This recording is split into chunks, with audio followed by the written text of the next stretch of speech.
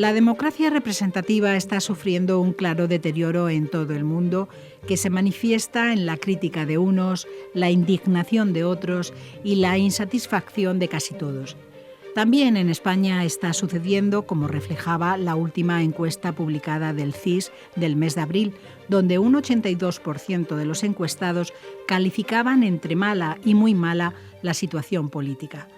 Entre las formas e instituciones más señaladas por una opinión pública decreciente figuran la monarquía y el Estado autonómico. Muchas voces reclaman la reforma de una y otro, aun si ello exige la modificación de la Constitución. ¿Es adecuado el actual funcionamiento del Estado autonómico? ¿Es necesario hacer una reforma constitucional de la monarquía? Estas son algunas de las cuestiones que nos planteamos hoy en Sin Distancias, el programa de la UNED, y a las que darán respuestas nuestros invitados. Les presento, en primer lugar, a la profesora titular de Derecho Constitucional de la Universidad Rey Juan Carlos, María Pérez Ujena. Bienvenida y gracias por acompañarnos. Gracias, Charo, gracias a vosotros. Quería decir una cosa, soy profesora titular de la Universidad Rey Juan Carlos, pero yo empecé dando clases aquí en la UNED, porque empecé dando las tutorías de la UNED cuando hacía la tesis y tal, así que esta es mi casa también. Pues bienvenida de nuevo a su casa. Pedro Tenorio es nuestro segundo invitado que nos acompaña una vez más, catedrático de Derecho Constitucional de la UNED. Gracias, profesor Tenorio. Muchas gracias, Charo. Muchas gracias a vosotros. Y finalmente, el profesor Antonio Torres del Moral, catedrático de Derecho Constitucional, a quien agradezco especialmente su colaboración, pues hemos contado con él a lo largo de todo este curso en el programa Sin Distancias para explicar y reflexionar sobre muchos de los temas políticos y sociales que preocupan e inquietan a la sociedad española, a la gran mayoría de los ciudadanos. Bienvenido de nuevo y gracias. Muchas gracias, buenos días. En estos programas, como decía, hemos hablado de luces y sombras de nuestro sistema democrático, del soberanismo, de la crisis del Estado social, y cerramos hoy con una reflexión en torno a la monarquía y el Estado autonómico. Nos preguntamos qué futuro tiene la monarquía y el Estado autonómico en España. Teniendo en cuenta la actual Constitución española, ¿se puede reformar o modificar tanto la monarquía como el Estado autonómico? Comencemos con el profesor Pedro Tenorio. Bueno, pues sí, precisamente pones un poco el dedo en la llaga de lo que yo quería decir cuando me dijisteis el título del programa, ¿no? Y es que podremos considerar que la monarquía o el Estado autonómico está en crisis, pero es lo que hay en la Constitución, y tenemos una Constitución que es considerablemente difícil de cambiar. Si queremos hacer un cambio total de la Constitución, hace falta que lo apruebe las Cortes por mayoría de 2/3, que se disuelvan las dos cámaras, que lo vuelvan a aprobar las Cortes por mayoría de 2/3 y un referéndum de toda la nación, ¿no? Si se quiere una reforma menor, pues también puede haber un referéndum potestativo si lo solicitan un porcentaje de diputados y senadores, y también hace falta una mayoría muy reforzada de las Cortes Generales. De manera que hay que tener los pies en la tierra y saber que cualquier reforma de la monarquía o del Estado de las autonomías, según el calado que ésta tenga, implica una reforma de la Constitución. Ciertamente nosotros sabemos que en la historia de España el procedimiento de reforma no se ha seguido muchas veces para cambiar las constituciones, pero esto es mucho más traumático, y fuera de la Constitución lo que hay es la fuerza bruta, es decir, que es aconsejable que se siga el procedimiento de reforma, ¿no? Y en este sentido yo creo que como punto de partida lo que quería decir es que el Estado de las autonomías puede cambiar, pero será cambiado por otro Estado de las autonomías, pues probablemente más adelgazado, a lo mejor más centralizado, al menos para algunas comunidades autónomas, no lo sé, pero será otro Estado de las autonomías. La monarquía o república, se puede cambiar, pero es muy difícil cambiar de la monarquía a república. Sí que implicaría una reforma complicada de la Constitución, del procedimiento que he dicho antes, 2/3, 2 Cortes, disolución y referéndum. De manera que yo creo que tienen futuro la monarquía y el Estado autonómico en España, por más que pueda ser necesario hacer ajustes. Pero no quiero monopolizar el uso de la palabra. Profesor Torres. Yo querría retrotraerme al principio, ¿no? Hay una pregunta y una disputa larga y extensa en teoría constitucional acerca de si el poder constituyente puede hacerlo todo o no, si tiene límites o no. Nunca ha existido un poder constituyente absoluto, unímodo, que pudiera arrancar de cero. Y tampoco el poder constituyente español en el año 77-78. Se encontró con algún dato, que era la monarquía. El poder constituyente se encuentra con que ya había una monarquía, ¿no?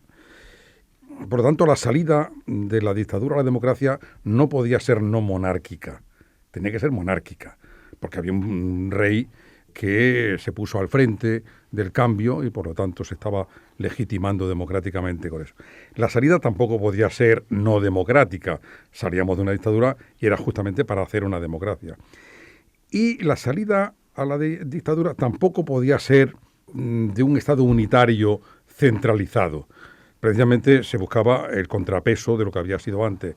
Y además porque en España esa ley del péndulo que se ha llamado por el paso de una constitución moderada a una progresista y viceversa, pues también se puede apreciar en el orden de la organización territorial, de manera que un Estado unitario le sucede a un Estado federal en la Primera República, después vuelve a ser unitario, después vuelve a ser regional o integral en la Segunda República, vuelta a la unitariedad y ahora tocaba el signo, digamos, la salida, digamos, descentralizada.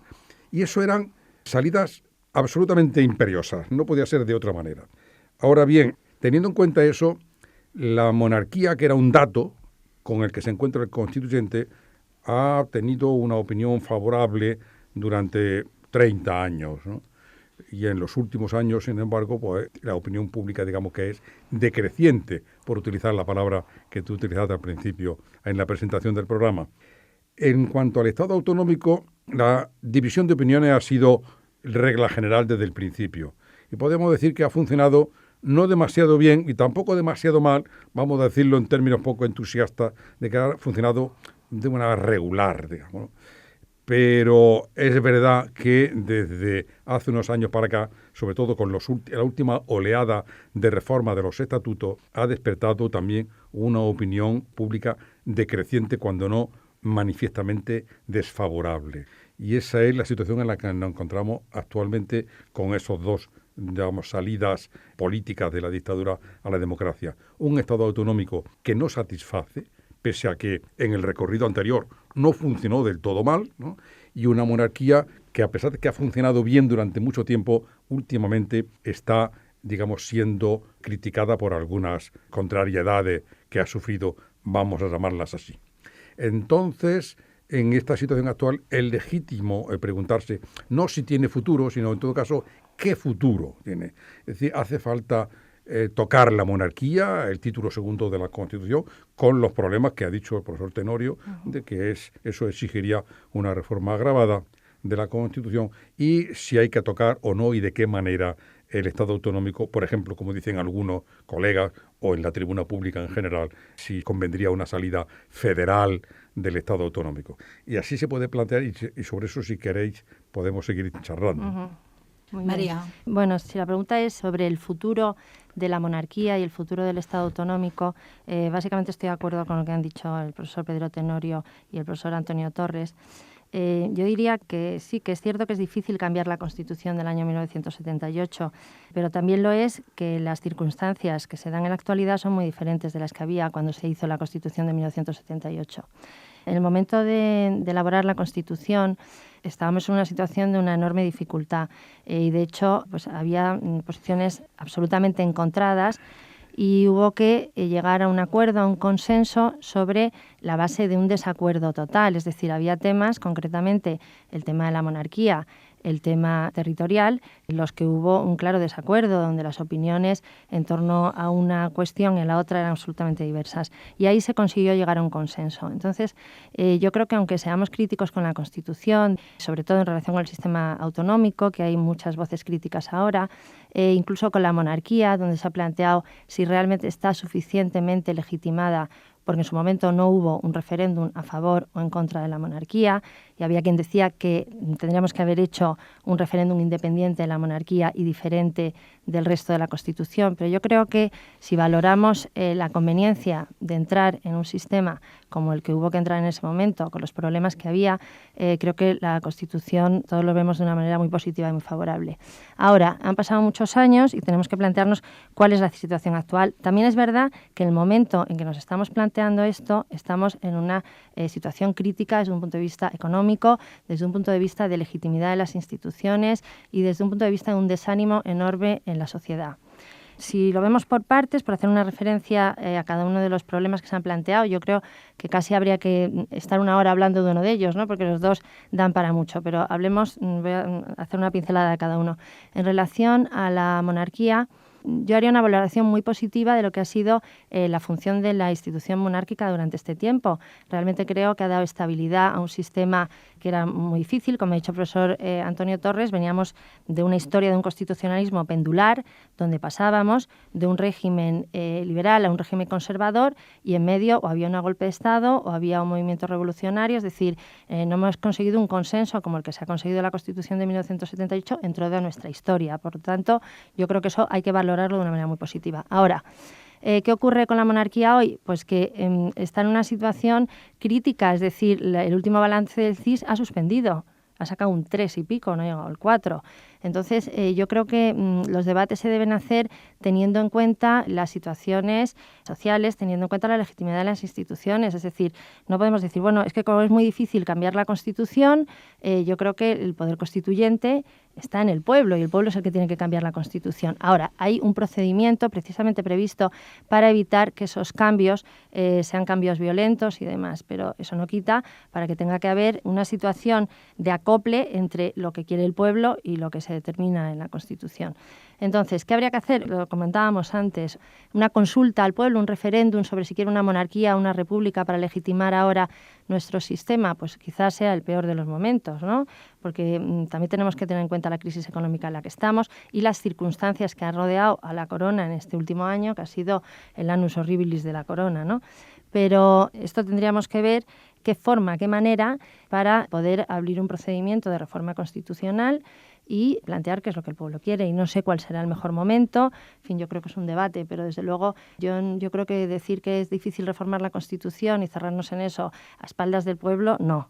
Y, por último, también es verdad que es difícil reformar la Constitución porque hay un procedimiento complicado que exige 2/3 partes, después una disolución de las Cortes, otras 2/3 partes en las nuevas Cortes y luego un referéndum. El referéndum, en todo caso, tendríamos que aprobarlo, es decir, para modificar este tema, ¿no?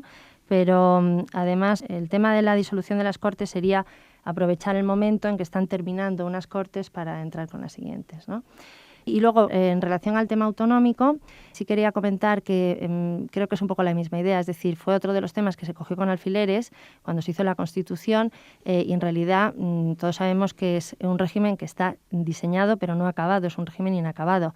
Y ese régimen inacabado, pues lo que hace es que el régimen autonómico se haya hecho a sí mismo de una manera absolutamente práctica y hemos llegado a la situación en la que estamos. ¿En qué situación estamos? Pues una situación que no deja satisfecho a nadie, es decir, las propias comunidades autónomas, alguna de ellas quieren más competencia y otras yo creo que tienen un ámbito de competencias que les excede o que no necesitan. Y yo creo que ahora mismo no hay ningún criterio, es decir, estamos en un momento en que, desde luego, el régimen tal y como está, yo creo que no puede continuar y habrá que dar una salida, no sabemos cuál.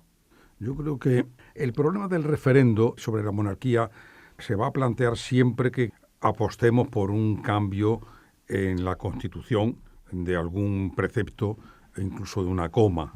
De manera que si decimos que el referéndum sobre monarquía-república no es conveniente y sin embargo planteamos la necesidad o la conveniencia de cambiar un precepto, como esa reforma exige referendo, al final se va a plantear el referendo en términos de monarquía-república. Va a ser inevitable porque en España hay muchos sectores republicanos, partidos que son confesadamente republicanos, aunque hayan arrimado el hombro durante 30 años a la monarquía, pero son republicanos, y hay algunos nuevos partidos, y no digamos en algunos partidos o formaciones políticas periféricas o de alguna comunidad autónoma como Cataluña o el País Vasco, que los tiene, que hay un sentimiento republicano, o al menos aprovechan la coyuntura para manifestar un sentimiento republicano. Eso se va a plantear siempre que toquemos el título segundo de la Constitución.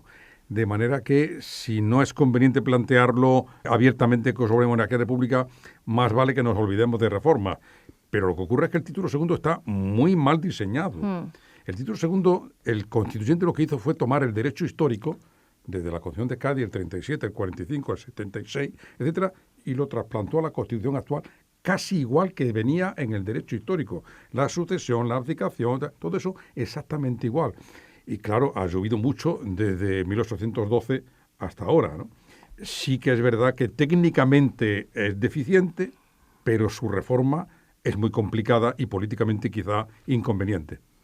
Ese es el primer problema. Incluso la reforma, ya no de cambiar la forma política del Estado, sino el cambiar el título segundo, el título de la corona, que como usted acaba de decir, no es que esté precisamente muy bien diseñado. Sí, pero es lo que hay, y el sistema de reforma constitucional también es el que hay, y se habría que modificarlo con el artículo 168, como acaba de decir la profesora Pérez-Dujena, que tiene una complicación considerable, a pesar de que se puede aprovechar una coyuntura temporal para obviar la dificultad de la disolución y convocatoria de las Cortes, pero al final nos encontramos siempre con el referendo, que en este caso es obligatorio. No sé si entonces el constituyente nos metió en un callejón sin salida, de manera que no hay forma de modificar o de mejorar el título segundo de la Constitución sin abocar a ese referendo que pone en peligro la propia forma política del Estado. De ahí es el título del programa en interrogación. ¿Tiene futuro? ¿Y cuál sería ese futuro? Porque la reforma de la monarquía es muy complicada. Sí.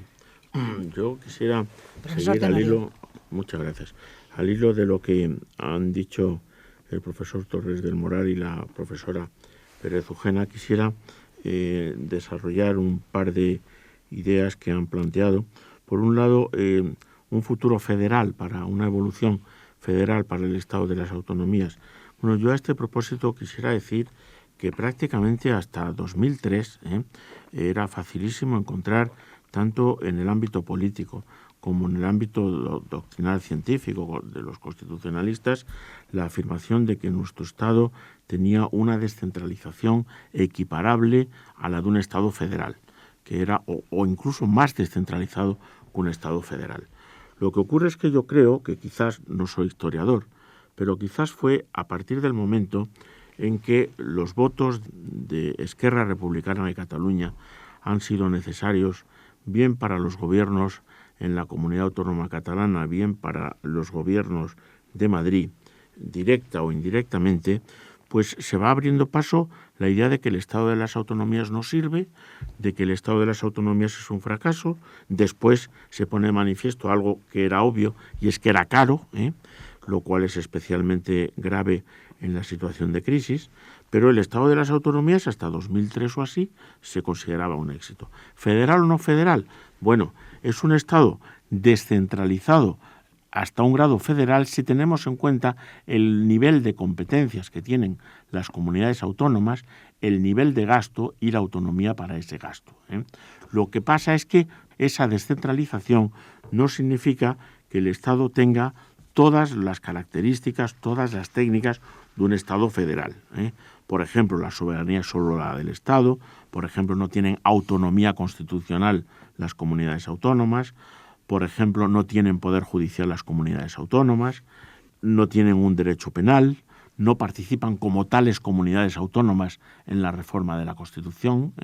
Y entonces yo, planteando estas cuestiones, me contesto también, ni soy partidario de que lo tengan. ¿O es que vamos a ser partidarios de que haya autonomía constitucional en las comunidades autónomas propia de un Estado federal cuando tenemos tendencias decididamente independentistas en alguna comunidad autónoma y en el presidente de alguna comunidad autónoma, ¿no? Entonces, personalmente, yo tendré mi voto como cualquier ciudadano y, desde luego, no soy partidario de una modificación en sentido más federal de lo que es el Estado de las Autonomías, que tampoco lo piden los nacionalistas, porque los nacionalistas tampoco piden eso. Piden, o al menos el señor Mas, lo que quiere más o menos es la independencia, ¿no? De manera que si no lo piden, pues no sé por qué hay que hacer un Estado federal, ¿eh? Lo que habrá es que resistirse a la independencia y punto. Pero no veo que la construcción de un Estado federal, el establecimiento de un Senado que dificulte el procedimiento legislativo, la concesión de autonomía constitucional a las comunidades autónomas que facilite un movimiento secesionista tenga ningún sentido, cuando precisamente es que ni siquiera se pide, ni siquiera se pide. Y en cuanto a la idea de que el Estado es inacabado, es verdad que es inacabado, no sé yo quién lo niegue, pero quisiera también poner un límite a esta afirmación en el siguiente sentido. De esta afirmación de que la Constitución es abierta, se pasa a la idea de que la descentralización no tiene límite. Por supuesto que tiene límite.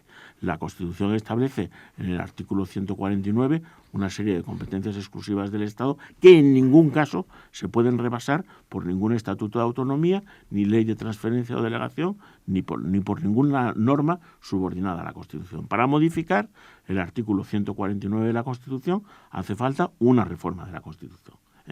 Se pueden hacer reformas mediante leyes orgánicas, mediante leyes básicas que incidan en la estructura del Estado autonómico, pero el artículo 149 de la Constitución marca, en mi opinión, un límite absoluto a la posibilidad de descentralización del Estado autonómico. Que vuelvo a insistir, es que ¿para qué seguir descentralizando si no es eso lo que se pide? Sí, a mí me gustaría centrarles, porque yo creo que como estamos mezclando dos temas que tienen relación, pero tienen que tener un tratamiento muy diferente, yo creo que tendríamos que ir a plantearnos quién es el que tiene que decidir en relación a cada una de las cuestiones que se están planteando. Porque claro, el sujeto decisor no es ni mucho menos el mismo cuando hablamos de la monarquía que cuando hablamos del sistema autonómico. No sé si estás de acuerdo, Antonio. Uh-huh. Si estamos hablando de un sistema monárquico o no, pues ahí el que tiene que decidir es el pueblo en su conjunto. Entonces, ahí, si se decide un referéndum, un no referéndum y tal, en todo caso tiene que haber un referéndum. Es decir, se inicie la reforma desde las Cortes a través de su procedimiento, o si se planteara un referéndum consultivo, tampoco tendría razón de ser que hubiera un referéndum consultivo para después no hacer caso de la decisión del referéndum consultivo. Pero ahí, en todo caso, el que decidiría sería el pueblo en su conjunto. Ahora, cuando hablamos del sistema autonómico, ahí hay una clara confusión, o por lo menos se está pretendiendo una clara confusión. ¿Quién es el que tiene que decidir en relación al sistema autonómico? Porque hay quien entiende, y de hecho lo están poniendo de manifiesto en Cataluña en concreto, que son los catalanes los que tienen el derecho a decidir. Entonces yo creo que esto es lo primero que hay que centrar, quién es el sujeto decisor en cada caso. Y eso qué límite tiene, es decir, ¿pueden los ciudadanos de una comunidad autónoma decidir si tienen derecho a autodeterminarse de una manera o en un grado superior o no? ¿O pueden hacerlo en Cartagena, en Chinchón o en cualquier otro sitio de un ámbito territorial inferior o menos autónomo? Pero verás, María, hay un punto de conexión. Hay un punto de conexión que es el siguiente. De cara al futuro y a una reforma constitucional o a una reforma institucional, ¿no? ¿Qué forma política del Estado, de la jefatura del Estado, sería más garante de la unidad de España? ¿La monarquía o la república? Es decir, que a la postre el problema monarquía-república está conectado con el problema territorial, porque una república muy probablemente despertara o incrementara las pretensiones de independencia o secesionista de alguna comunidad autónoma. Uh-huh. En estos momentos de situación de crisis social, institucional, económica, corrupción, ¿es el momento también de plantear una posible reforma? la conveniencia política, dices, de plantear la reforma. Pero es que yo creo que la reforma no se está planteando a un nivel intelectual o desde arriba, es que lo está planteando la gente en la calle. Yo creo que la reforma se está planteando de los ciudadanos a las instituciones. Entonces, yo creo que la pregunta es más que es el momento de plantearla, es el momento de recibirla, porque el tema se está planteando ya, la tensión ya existe y ya hay muchas voces que están planteando. Entonces, la pregunta es, ¿hasta dónde se puede frenar? Si es que se quiere o si es que se debe. Esto nos podría llevar a lo que al principio comentó el profesor Torres de nuestra historia reciente, constitucional. De los bandazos, ¿no? Exactamente. Pues ojalá que no, ojalá que la salida que fuera siempre democrática, también descentralizada, porque España es plural, y seguramente también sería preferible que siguiera siendo monárquica por aquello de que parece ser que la monarquía es más garante de la unidad de España, pero eso está por ver. Una de las cosas más complicadas que se ha pretendido desde el principio modificar y que tiene relación con el Estado autonómico y todavía no se consigue modificar y va para largo, es el Senado. Todo el mundo está en desacuerdo con el Senado y, sin embargo, en 40 años prácticamente ya no se ha sido capaz de modificar ni una sola coma del Senado. Cuanto más el propio Estado autonómico como tal, ¿no? Pero en esas estamos, ¿sí? Vamos a tener que concluir porque el tiempo... Ay, yo quería decir una cosa, ¿no? Antes de concluir, tengo que decir una cosa. Pero... El tema de la igualdad en la corona, que es un tema que es que eso tengo que decir porque como diga aquí una alumna mía de grado de igualdad y vea que no lo he dicho, me matan. O sea, que el tema de la igualdad, solamente puede hacer esa referencia porque aquí tenemos que terminar. Les voy a recordar o les voy a informar a los que nos están escuchando que este tema, qué futuro tiene la monarquía y el Estado autonómico en España, es precisamente objeto de estudio en un curso de verano de nuestra universidad que se celebrará del 2 al 4 de julio en Motril y cuyo director contamos con su presencia, es el profesor Antonio Torres del Moral, y estos temas y otros más saldrán ahí. Solamente medio minuto para que nos hable de este curso. Pues aprovecharé esos 30 segundos para animar a posibles universitarios y público en general que esté interesado por estos temas a acudir a Motril, porque el curso está, creo, bastante bien nutrido de personas, de profesores, expertos en la materia, y promete ser muy fructífero en ideas y en debate. Lo importante es que estas cosas se vayan debatiendo, porque debatiendo se pone en orden las ideas, y creo que eso es el primer paso para una reforma. Si se hace, se haga con buen pie y con buen criterio. Porque ahí acudirán muchos expertos, muchos catedráticos de Derecho Constitucional a este evento, a la sede de Motril. Todos son profesores numerarios de Derecho Constitucional, la mayoría catedráticos y algún que otro profesor titular, pero todos expertos en la materia. Pues a los tres les tengo que agradecer este tiempo que nos han dedicado, a la profesora María Pérez Ujena, al profesor Pedro Tenorio y a Antonio Torres del Moral por este tiempo y por estas reflexiones en torno a la monarquía y al Estado autonómico en España. Muchas gracias. Charo, Muchas gracias. Es un placer venir. Estupendo. Cursos de verano.